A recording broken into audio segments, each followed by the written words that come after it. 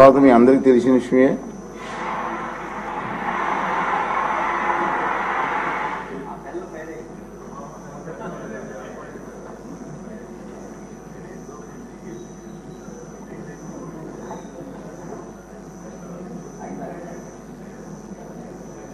ఉపసభాపతి ఎన్నికల ప్రక్రియ మీ అందరికీ తెలిసిన విషయమే. నిన్నే నామినేషన్లు వేశారు. మరి రఘురామరాజు గారు నామినేషన్ వేయడం జరిగింది. సింగిల్ నామినేషన్ వచ్చింది కాబట్టి ఆ విషయంలో ఉపసభాపతి ఎన్నిక కోసం ఒకే అభ్యర్థి పేరు 3 నామినేషన్ నిర్ణయ పత్రాలు అందాయి.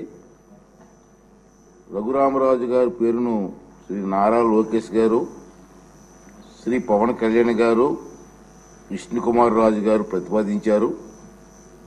ఒకే అభ్యర్థి పోటీలో ఉండడం వల్ల శ్రీ కె రఘురామరాజు గారు ఏకగ్రీవంగా ఉపసభాపతిగా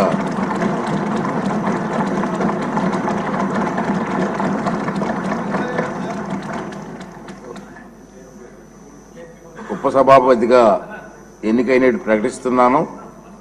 వారికి నా అభినందనలు తెలియజేస్తున్నాను.